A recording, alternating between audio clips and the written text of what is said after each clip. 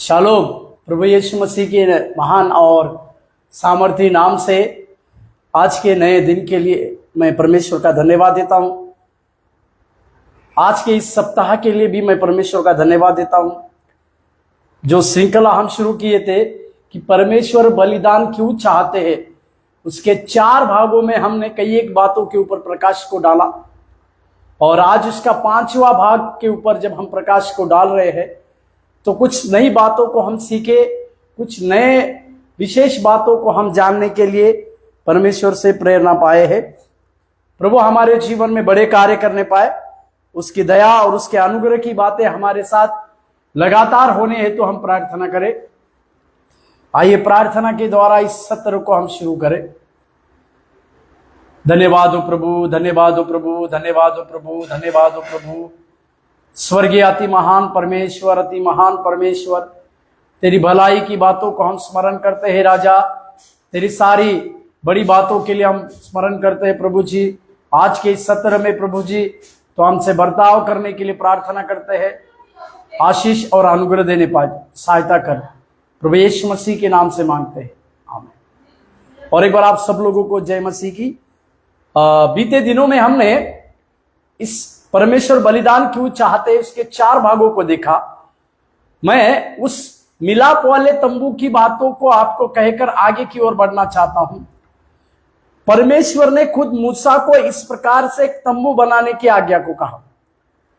बलिदान जो है पुराने नियमों में एक जानवरों की बलि करना या कुछ बातों को परमेश्वर के लिए चढ़ाना था, पर अभी सारी एक विशाल जाति ही परमेश्वर के लिए एक बलिदान स्वरूप बात होने वाली थी। और पहली बार परमेश्वर स्पष्ट रूप से उस लोगों से इस प्रकार से मिलाप वाले तंबू में मिलना चाह रहे थे। इसी के लिए परमेश्वर ने अपने मूसा, अपने दास को इस प्रकार से एक तंबू बनाने के लिए कहा। उस तंबू की 3 भागों को रहा। ये 3 जो है एक विशेष अंक है। पवित्र शास्त्र में कई एक अंक दिए गए हैं, उसमें 3 अंक दिया गया। जैसे मैंने कहा कि वो मिलाप वाला तंबू 3 भागों में बटा हुआ है। मनुष्य का शरीर भी 3 भागों में बटा हुआ है, शरीर, प्राण और आत्मा। उसी तरह से मिलाप वाला तंबू भी बाहरी आंगन, पवित्र स्थान और अति पवित्र स्थान, इस भागों में बटा हुआ है। 3 अंकों के बारे में अगर देखेंगे तो 3 अंक परमेश्वर की त्रिएकता को दर्शाने वाला है। जैसे 3 अंक पिता परमेश्वर, पुत्र परमेश्वर और पवित्र आत्मा परमेश्वर, ये तीनों अलग अलग नहीं है, तीनों एक ही है। इसी के लिए हम त्रिएक परमेश्वर की बातों को मानते हैं। इसी परमेश्वर को हम त्रिएकता का परमेश्वर भी कहते हैं और उस त्रिएकता के परमेश्वर को हम अपने जीवन में जांचते हैं और उसी को आराधना करते हैं। जैसे पुराने नियमों में परमेश्वर ने यहोवा या प्रभु बोलकर कई एक लोगों से बातचीत किया। नए नियम में परमेश्वर ने सुसमाचार की सेवकाई में अपने पुत्र प्रभु यीशु मसीह से, जिसे हम पुराने नियम में यहोवा कहते थे, नए नियम में प्रभु कहना शुरू किए। और इस युग में पवित्र आत्मा के द्वारा परमेश्वर हमसे बातचीत करता है। इब्रानी का पत्री 1 अध्याय 1 वचन के अनुसार अभी पवित्र आत्मा के द्वारा परमेश्वर हमसे एक बातों को चाहते। इसी के लिए यूहन्ना रचित सुसमाचार के उस 14वें अध्याय में जब हम आते हैं, वहां परमेश्वर ने एक सहायक देने की बात को कहा था। हमें अनाथ न छोड़ने के बारे में भी कहा था। वो सहायक है पवित्र आत्मा। अभी यीशु मसीह स्वर्गारोहण हो गए, अभी पवित्र आत्मा के द्वारा परमेश्वर कार्य करते हैं, पुत्र परमेश्वर कार्य करते, पवित्र आत्मा कार्य करते हैं। इस बातों को हम समझने की आवश्यकता है। आज उसी पवित्र स्थान के बारे में हम कुछ बातों को, जो एक विशेष बातें हैं, उसके बारे में हम कुछ सीखे और अपने आगे की बातों। इस पवित्र स्थान में 3 चीजें पाई जाती है। पवित्र स्थान में एक दीप स्तंभ रहता है, दीप स्तंभ जो निरंतर जलता प्रकाश, दीप स्तंभ में निरंतर जलता प्रकाश, वो प्रभु की उपस्थिति को दर्शाता है। पवित्र स्थान में एक दीप स्तंभ रखा जाता है जिसमें एक निरंतर जलता हुआ प्रकाश रहेगा, और वो प्रकाश जो है परमेश्वर की उपस्थिति को दर्शाता है। ये सारी बातें नए नियम के प्रभु यीशु मसीह के उस जीवन में कनेक्ट होती है। यीशु मसीह ने कहा, मैं ही ज्योति हूं। हालेलुया। वो बातें बहुत बेहतरीन होने वाली है। कुछ आगे में हम उसकी बातों को देखें। दूसरा चीज, वहां पर रोटी की मेज बोलकर लिखा है। एक मेज का एक टेबल रहेगा, उसमें रोटी रहती है। उस रोटी को परमेश्वर के भरण पोषण की स्थिति, मतलब परमेश्वर के लिए वो रखी गई रोटी थी, प्रभु के लिए चढ़ाया गया एक भोजन था। वो परमेश्वर के भरण पोषण की स्थिति को दर्शाता है। और उस रोटी के बारे में भी हम कुछ बातों को सीखेंगे, उस मेज के बारे में। तीसरी चीज वहां रहती थी धूप की वेदी। ये धूप की वेदी मतलब प्रार्थनाओं की स्थिति। जो कई एक संत लोग, कई एक लोग जो प्रार्थना करते हैं, वो उस धूप की वेदी के पास रहते हैं। इस बातों को हम समझने की आवश्यकता। आज इसी बातों को हम थोड़ा सा विस्तार रूप से अपने समय के अनुसार देखेंगे। उस टेबल के बारे में, या मेज का जो टेबल है उसके बारे में हम कुछ बातों को देखेंगे। मेरे साथ खोलिएगा निर्गमन की पत्री 25 अध्याय 23 वचन से 30वें वचन तक। निर्गमन की पत्री उसके पहले लेवी व्यवस्था 24 अध्याय, लेवी व्यवस्था 24 अध्याय 5 वचन से 9 वचन तक को देखिए। लेवी व्यवस्था 24 अध्याय, उसका लेवी व्यवस्था उसका 24वें अध्याय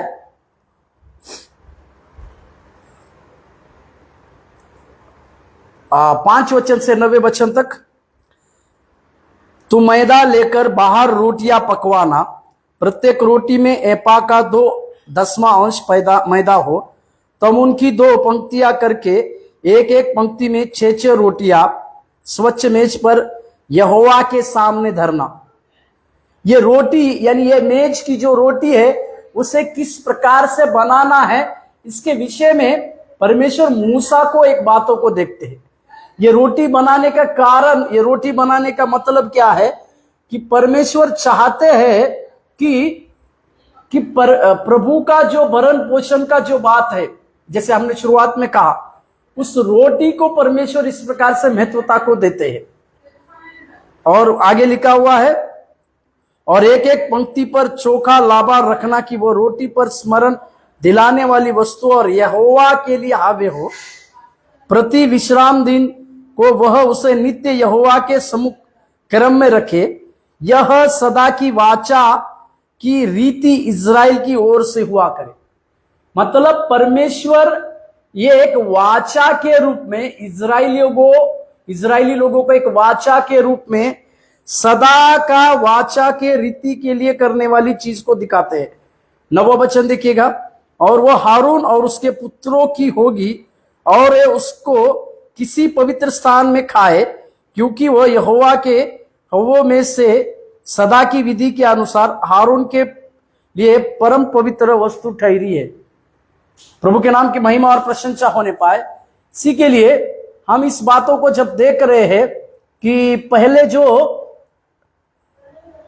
रोटी के बारे में हम जो देख रहे थे, पहला जो चीज मेज उसके बारे में जब हम देख रहे हैं, उसी में क्या क्या करने के लिए परमेश्वर ने कहा, इसी बातों को हम देख रहे थे। और एक वचन को निर्गमन उसके 25 अध्याय, निर्गमन 25 अध्याय में भी इसी बातों को 23 वचन से 30वें वचन तक अगर हम देखेंगे तो पवित्र मेज के बारे में यहां पर लिखा हुआ है कि किस प्रकार से बनाना है, किस प्रकार से उसे 30वां वचन देखिए, और मेज पर मेरे आगे बेक की रोटियां नित्य रखा करना। यहां पर लिखा हुआ है नित्य रखा करना, मतलब परमेश्वर के लिए नित्य इस भरण पोषण के लिए एक टेबल के ऊपर इस प्रकार की रोटियां रखी जाएगी।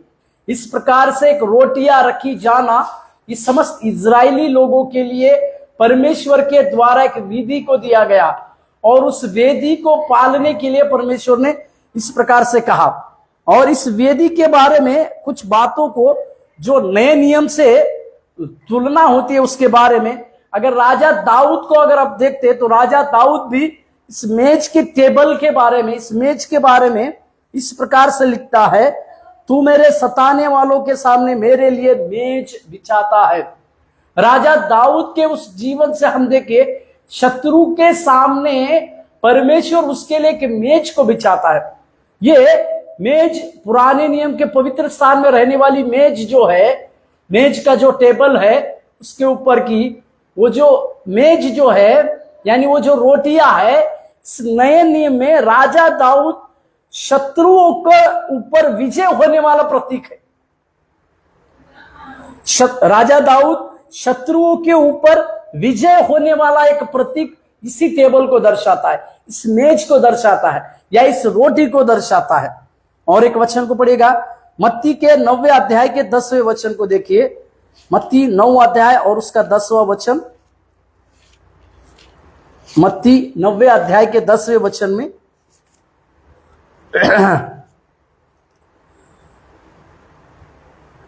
जब वह घर में भोजन करने के लिए बैठा तो बहुत से महसूल लेने वाले और पापी आकर यीशु और उसके चेले के साथ बैठे।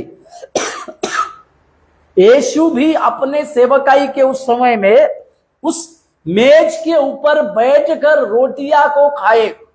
इस बात की पूर्ति होती है, ये मेज और उस मेज पर रहने वाली रोटियां एक विशेष बात को दर्शाती है। जैसे मैंने कहा, वो रोटी जो है परमेश्वर का भरण पोषण की, मतलब परमेश्वर के लिए परमेश्वर को एक उसका भरण पोषण करने वाली बातों को दर्शाती है, जिसको हमें समझने की आवश्यकता है। प्रभु के नाम की महिमा और प्रशंसा हो।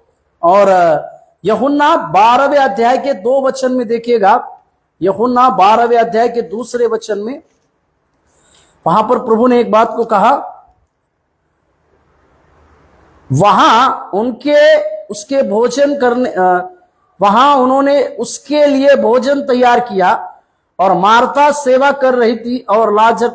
यहां पर यीशु उस मार्था मरियम के घर पे जब जाते हैं तो वहां पर भी यीशु के लिए, यीशु मसीह का भोजन करने के लिए एक मेज को रखा गया, एक मेज को बनाई गई। ये मेज जब बनाई जा रही थी तो हम जानते हैं एक स्त्री वहां पर आकर यीशु मसीह के पांवों पर बहुमूल्य इत्र को उंडेलती है। मतलब यीशु मसीह जब कभी भी भोजन किए, उस भोजन की व्यवस्था को हम देखते हैं। यहूदी रीति रिवाजों के अनुसार भोजन करने की एक व्यवस्था को दिया गया है। उसी व्यवस्था को इस टेबल के ऊपर रखा जाता था। इस टेबल के ऊपर ही वे भोजन करते थे और इसे एक विशेष रूप से भोजन माना जाता था। प्रभु के नाम की महिमा और प्रशंसा हो। और एक वचन लूका 22 अध्याय के 21वें वाक्य देखिएगा, लूका 22 का 21। लूका 22 अध्याय और उसके 21वें पद।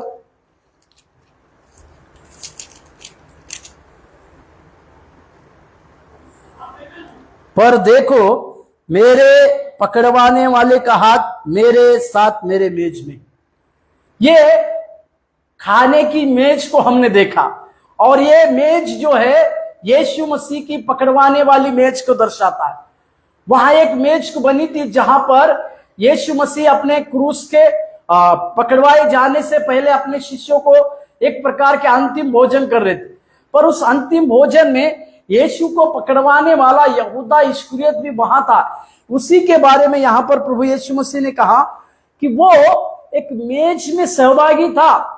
मेरे प्यारों, हमें इस बात को समझना चाहिए कि प्रभु यीशु मसीह ने, परमेश्वर ने इजरायली लोगों को इस प्रकार से एक मेज की व्यवस्था के लिए वहां पर उस पवित्र स्थान में कुछ बातों को रखने के लिए कहा।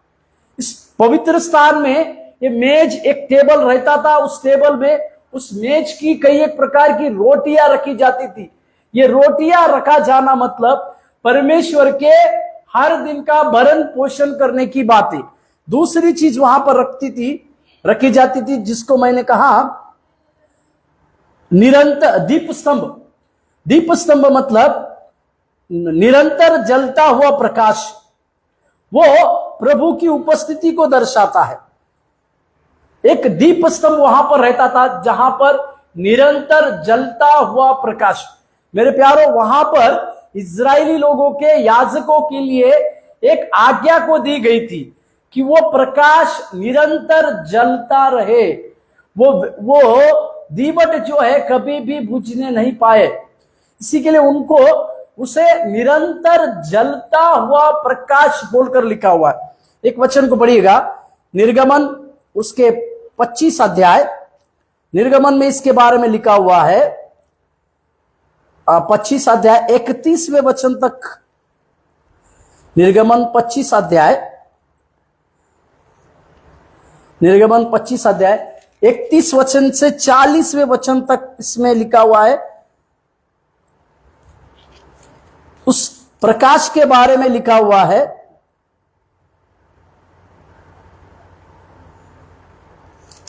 उसका 37वां वचन देखिए, निर्गमन 25:37। और 7 दीपक बनवाना और दीपक जलाए जाए कि वे दीवट के समान प्रकाश दे। वो 7 प्रकार के दीवट को बनाए गए थे।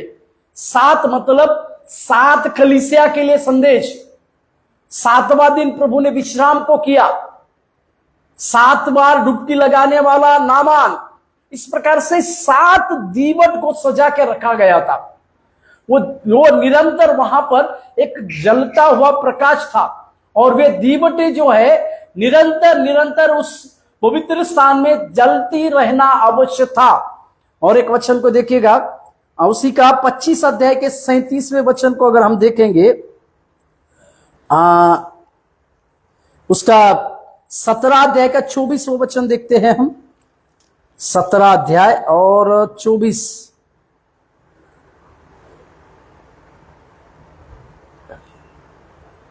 माफ कीजिएगा उसमें नहीं है। अभी ये जो दीप स्तंभ जो है वो जलता हुआ दीप स्तंभ जो परमेश्वर की निरंतर उपस्थिति को दर्शाता है, उसका कनेक्शन नए नियम में किस प्रकार से है। लूका 10 का 34 देखिएगा। लूका 10वें अध्याय के 34वें वचन।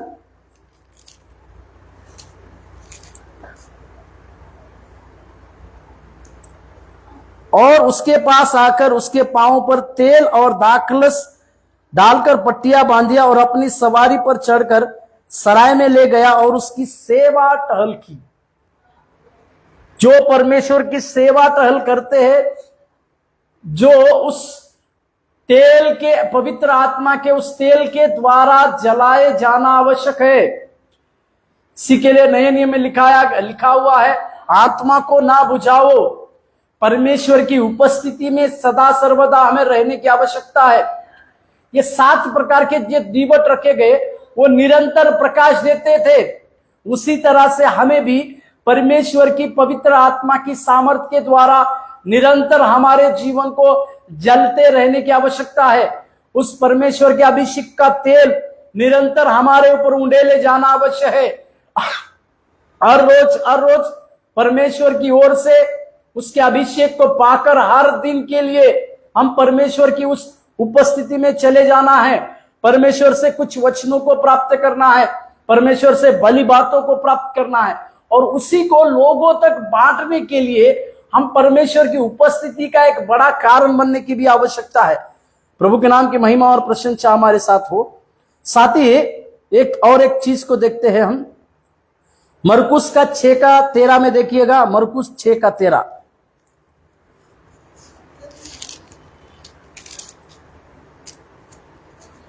मरकुस 6:13। और बहुत सी दुष्टात्माओं को निकाला और वे बहुत से बीमारों पर तेल मलकर उन्हें चंगा किया। दीवट जो थे उसे निरंतर जलने के लिए एक चीज थी, उसमें तेल रखा जाना।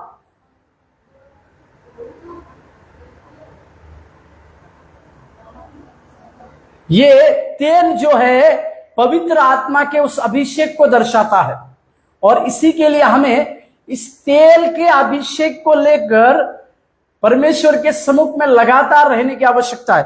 यहां पर हम देखते हैं कि वे जिनको ये तेल मलकर वो प्रार्थना करते थे, वे सब लोग चंगाई प्राप्त करते थे, वे चंगे होते थे। भजन संहिता में देखिएगा 104 के 15 में देखिएगा, भजन संहिता 104 का 15वां वाक्य, भजन संहिता 104 के 15वें वाक्य।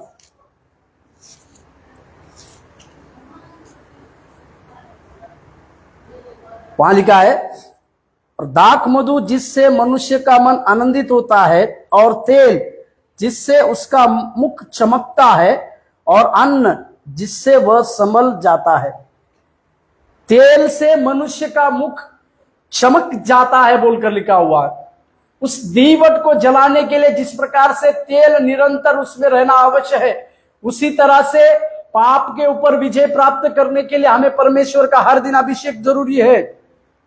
उस संघर्षों में अपने विश्वास में स्थिर रहने के लिए परमेश्वर का वो अभिषेक हमें हर दिन जरूरी है, उस तेल के द्वारा। इसी के लिए जब पुराने नियम में परमेश्वर की उपस्थिति की बातों को दीवट में दिखाते हैं, वो दीवट मतलब अभी नए नियम में परमेश्वर का मंदिर हम बने हैं। तो इसी के लिए इस मंदिर को लगातार जलाने के लिए हमें परमेश्वर की उस आत्मा का अभिषेक चाहिए, उस तेल के अभिषेक चाहिए। इसी के लिए भजन संहिता 23 में राजा दाऊद ने लिखा, मेरा प्याला, मेरा कटोरा उमड़ रहा है, क्योंकि परमेश्वर ने इस प्रकार से उस तेल के द्वारा राजा दाऊद का अभिषेक किया था, जिसको हम अपने जीवन काल में समझने की जरूरी है। साथ ही भजन संहिता 133 में भी इसी प्रकार की बातों को हम पढ़ते हैं। वहां पर लिखा हुआ है कि भाइयों का एक साथ रहना कितना मनोहर बात है बोलकर लिखा हुआ है। इसी के लिए उस तेल के द्वारा हम अपने जीवन में उस परमेश्वर की महत्वता की बातों को समझने की जरूरी है। प्रभु के नाम की महिमा और प्रशंसा। तीसरी वो चीज जो थी, वो उस धूप की वेदी। उस धूप की वेदी मतलब परमेश्वर के लिए की गई हुई प्रार्थनाएं। ये वेदी मतलब, धूप की वेदी मतलब कई लोगों की प्रार्थनाएं और प्रार्थनाएं रखी गई थी, उस प्रार्थनाओं के बारे में लिखा हुआ है। इसके लिए निर्गमन 27वें अध्याय 1 वचन से 8 वचन तक हमें पढ़ने की आवश्यकता है। निर्गमन 27:1। फिर वेदी को बबूल की लकड़ी की 5 हाथ लंबी और 5 हाथ चौड़ी बनाकर वेदी चौकार हो, और उसकी ऊंचाई 3 हाथ की हो, और उसके चारों कानों पर 4 सिंग बनवाना। वे उस समेत एक ही टुकड़ी के हो, और उसे पीतल से मढ़वाना, और उसकी राख उठाने के पात्र और फावड़िया और कटोरे और कांटे और अंगठिया बनवाना। इसका कुल सामान पीतल का बनवाना। उसके लिए पीतल की जाली की एक जंजीर बनवाना, और उसके चारों सिरों में पीतल के 4 कड़े लगवाना, और उस जंजीर की वेदी के चारों ओर की कंगनी के नीचे ऐसे लगवाना कि वह वेदी की ऊंचाई के मध्य तक पहुंचे, और वेदी के लिए बबूल की लकड़ी के डंडे बनवाना और उन्हें पीतल से मढ़वाना, और डंडे कड़ों में डाले जाए कि जब जब वेदी उठाई जाए तब वे उसके दोनों किनारे पर हो। वेदी की तख्तों में खोखली बनवाना, जैसे वह उस पर्वत पर तुझे दिखाई गई वैसे ही बनवाना। प्रभु के नाम की महिमा और प्रशंसा। ये एक परमेश्वर मूसा को इस प्रकार से पवित्र वेदी के बारे में बतलाते हैं। पवित्र वेदी जो परमेश्वर की जो वेदी जो है उस वेदी को दिखाते। ये वेदी नए नियम में प्रार्थनाएं हैं, लोगों की गई वही प्रार्थनाएं हैं। उसी के लिए अगर भजन संहिता 141 के दूसरे वाक्य को अगर हम देखते हैं, उसके पहले प्रकाशित वाक्य 5 अध्याय 8वें वचन को देखिएगा। प्रकाशित वाक्य 5 अध्याय के 8वें वचन में, प्रकाशित वाक्य 5 अध्याय 8वां वचन, प्रकाशित वाक्य 5 अध्याय 8वां वचन, वहां लिखा हुआ है, जब उसने पुस्तक ले ली तो वे चारों प्राणी और 24 प्राचीन उस मेमने के सामने गिर पड़े। उनमें से हर एक के हाथ में वीणा और धूप, जो पवित्र लोगों की प्रार्थनाएं है, से भरे हुए सोने के कटोरे थे। यहां पर स्वर्ग में 24 प्राचीन उस मेमना मतलब प्रभु यीशु मसीह के सामने गिर पड़ते और उनके स्वर्गदूतों, उन प्राचीनों के हाथों में एक एक वीणा और एक धूप होती है। ये धूप मतलब लोगों की प्रार्थना है। मेरे प्यारों, हम जो जो प्रार्थनाएं करते हैं वो उस परमेश्वर के सिंहासन के पास पहुंचती है। हमारी हर प्रार्थनाएं परमेश्वर सुनने वाला परमेश्वर है। हमारी हर प्रार्थनाओं का जवाब देने वाला परमेश्वर है। प्रभु हमारी हर प्रार्थनाओं का जवाब देने वाला परमेश्वर है। इसीलिए हम इस बात को समझने पाए, इस बात को जानने पाए कि ये धूप जो है, धूप की वेदी जो है, ये प्रार्थनाओं को दर्शाती है, हमारी की गई प्रार्थनाओं को दर्शाती है। और एक वचन को देखिएगा, प्रकाशित वाक्य 8 अध्याय के 3 वाक्य को देखिएगा। प्रकाशित वाक्य उसके 8वें अध्याय का 3 वाक्य,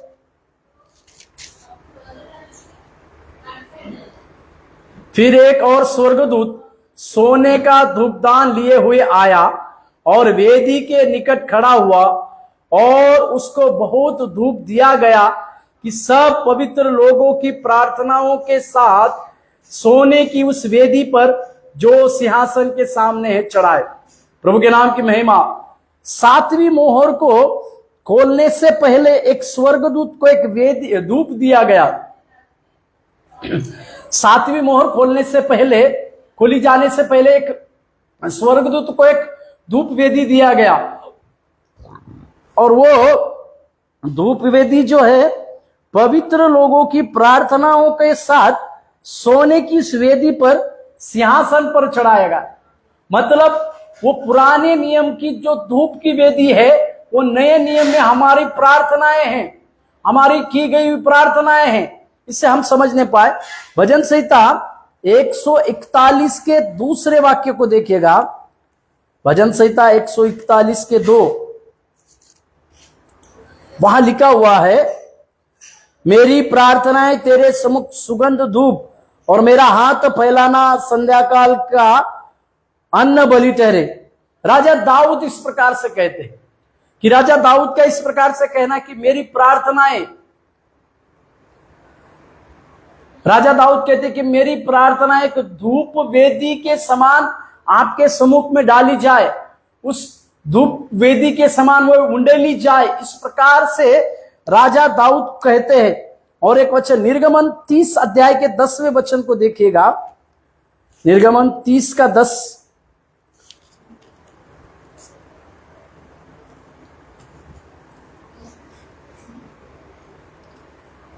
हारून वर्ष में एक बार करके सिंगों पर प्रायश्चित करे और तुम्हारी पीढ़ी पीढ़ी में वर्ष में एक बार प्रायश्चित के पाप बलि के लहू से इस पर प्रायश्चित किया जाए, यह यहोवा के लिए परम पवित्र है। यहां पर परमेश्वर याजक कर जब इसी याजकीय लोगों को कुछ बातों को देखते कहते हैं, उससे हम समझने की आवश्यकता है। मेरे प्यार, उस पवित्र स्थान में पाए जाने वाले 3 चीजों के बारे में हमने देखा और वो 3 चीजें जो है नए नियम में किस प्रकार से हमारे साथ साझा करती है या नए नियम में हमारे साथ किस प्रकार से उसकी बातें आती है, इसे भी हम समझने की आवश्यकता है। उस परमेश्वर के दीप स्तंभ की बातों को हमने देखा जो प्रभु की निरंतर उपस्थिति को दर्शाती है। हमारे जीवन में परमेश्वर की निरंतर उपस्थिति जरूरी है। उस रोटी की मेज को हमने देखा, उस मेज के बारे में भी हमने सीखा, और आखिरी में अभी हमने परमेश्वर के उस बातों को समझा कि उस धूप वेदी में जो परमेश्वर के पवित्र लोगों के लिए की गई हुई प्रार्थनाओं की बातों को हम देखें। इसी के लिए मैंने शुरुआत में कहा, उस मूसा के मिलाप वाले तंबू की कई एक बातें आज के नए नियम में हमें मैच होती है। इसी के लिए आइए अगले सत्र में हम अति पवित्र स्थान की बातों को देखें और कुछ नई बातों को परमेश्वर के द्वारा देखी जाए। आइए प्रार्थना कर कर सत्र खत्म करें। स्वर्गीय प्रभु, धन्यवाद और स्तुति महिमा प्रशंसा करते हैं। भलाई और अनुग्रह देने वाला परमेश्वर आप ही है, आप सहायता करते हैं, इसी के लिए धन्यवाद और महिमा करते हैं। प्रभु, कुछ बातों को जो हम सीखे हैं प्रभु, उसमें प्रभु पवित्र आत्मा के द्वारा आपकी मोहर मिले। प्रभु, कई एक लोगों के द्वारा इस प्रकार के रहस्यमय बातों को प्रकट होने हेतु सहायता और मदद करने के लिए हम प्रार्थना करते हैं। तेरी दया हमारे साथ हो, तेरा अनुग्रह भी हमारे साथ हो, तेरे कार्य भी हमारे साथ होने पाए।